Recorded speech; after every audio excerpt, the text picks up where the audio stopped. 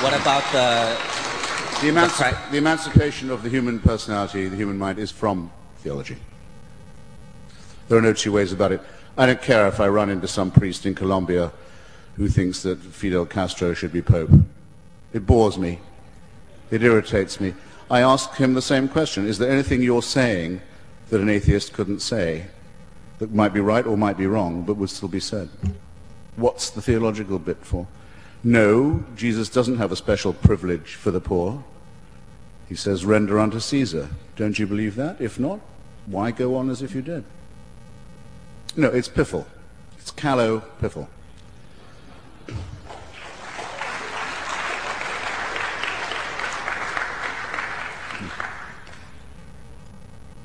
You've been waiting a lot longer than I have, so go ahead. Well, toujours la politesse. You've described many deeds of a number of different evil gods. And I noticed from the title of your book that God is in very small type, and it is not capitalized, nor is it plural. I'm wondering which God do you refer to? Well, the joke is partly on me, as you point out, in that, though I didn't say that God had committed any crimes, I wouldn't fall into that mistake. You see, by taking the atheist and anti-theist position, one avoids the dumb questioning that the faithful bring upon themselves. Why does God allow this suffering? I don't have time to waste on a question like that. Why was my buddy hit in the testicles and I escaped? How did God allow that? God was not involved in it. Why do some people get swept away by the tsunami and others not? Because we live on a cooling planet, baby, with a turbulent weather system which has volcanoes and earthquakes. That's what decides what happens.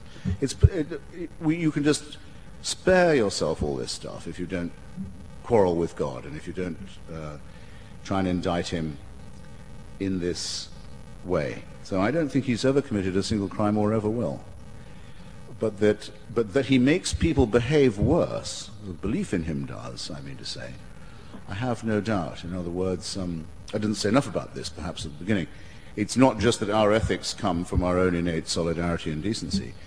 It's that morally normal people can be brought to do things that no morally normal person will do or would do, such as mutilating the genitals of a child, for example. I'm sure some people here have been handed a newborn baby in their time. Okay? What, none of you? What have you been doing with yourselves? No one here has had a newborn baby. Well, I recommend you go home and try harder. Well, I have, and if you're ever going to have that feeling, oh, maybe this is a miracle, if you're ever going to have it in your life, that's probably where it'll be. Little indentations where the fingernails are going to be. It's heartbreaking, really. If only you knew what was coming, but anyway, it's a... So you get given this bundle, you think, well, okay, that's great, and it probably is a gift from heaven, but I'd better find a sharp stone as quickly as I can and start sawing away at its genitalia, because otherwise it wouldn't be pleasing to God. No moral person, and then when he gets old enough to listen, tell him that he's going to burn forever in hell if he doesn't obey some cranky instructions. Poison his life and his dreams. No, this is not moral preaching. So I'm sorry. I did want to add that before I wrapped up. That it's the Professor Stephen Weinberg puts it very well. Actually, he says in a morally ordinary universe, the good people, decent people, will do the best they can to do right by their fellows. And the psychopaths and the sociopaths, those for whom society and other people don't really count, will do wicked things. If you want good people to do evil things, you need them to be religious. Weinberg is right.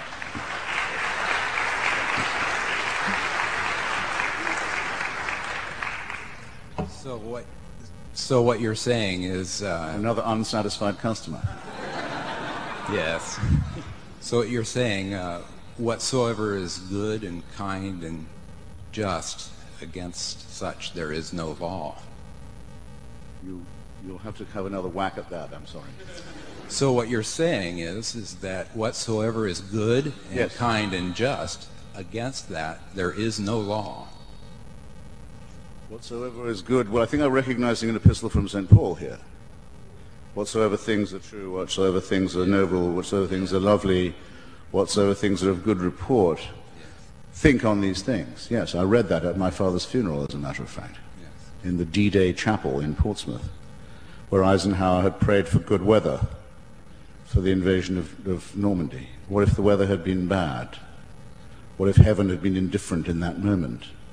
Don't ask. These things happen.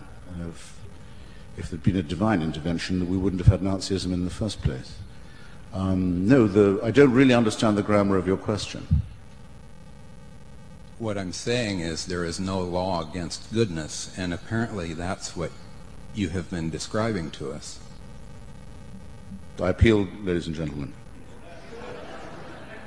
of the jury. I mean, have I been saying that there is no law against goodness or that there is one? Well, you're in good company. Thank you for trying, and if I've seemed obtuse, you're quite welcome to blame me. Hi, my name's Tyler. I hope I'm not the only former Christian from Yakima.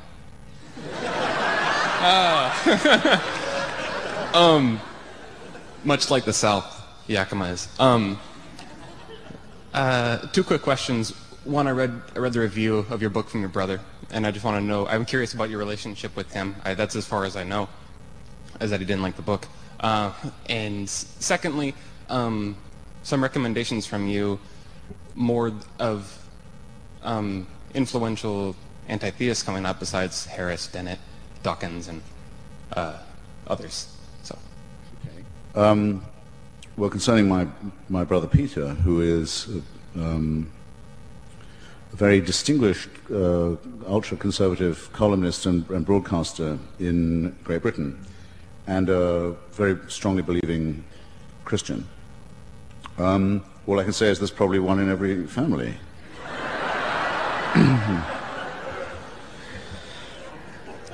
As to the ranks of anti-theism, the best book, you mentioned Professors Dennett and Dawkins, who of course are great scientists and great explicators of science, great educators, and Sam, who I've already talked about. And we're beginning to be, it's very, very flattering to me, mentioned in the same breath as some say musketeers. I would prefer, I think, horsemen of the counter-apocalypse. But there is another one. Well, there are two on the bestseller list now. One is the woman who I had as my witness and friend at the Jefferson Memorial, Ayan Hershey Ali. Some of you will know her. Unbelievably courageous, beautiful woman who has survived with great humor and dignity and courage everything from forced marriage to genital, not just mutilation, but infibulation too. And who thinks that she's probably the only girl born that day in that hospital in Somalia who's still alive, and probably is, but who's now a wanted person on the run, seeking political asylum in the United States. Not even Holland is safe enough to hold her from the fury of people to whom her existence is an incitement to murder. And not just murder is on their mind either, if you want my opinion. People who are obscene and filthy, as well as murderous and lethal, and so entitled, so sure of their entitlement to murder because they have God on their side. Well, she was the one who stood next to me at the ceremony, and her book Infidel is a marvelous book, as is the caged version, its predecessor. And then the extremely tough and impressive Dr. Victor Stenger, who's written a book called God, the Failed Hypothesis, in which he will go further than I. I will say that it is impossible to disprove the existence of God, as it is impossible to prove it, thus that those who say they can know what cannot be proved can be excluded from the argument. Those who are certain where certainty is impossible are easily dispensed with by Occam's razor. That's as far as I feel I need to go. Stenger says that the evidence from science is now strong enough to say that it disproves the existence of God. And he certainly demonstrates in his book that every hypothesis for God's existence that is science-based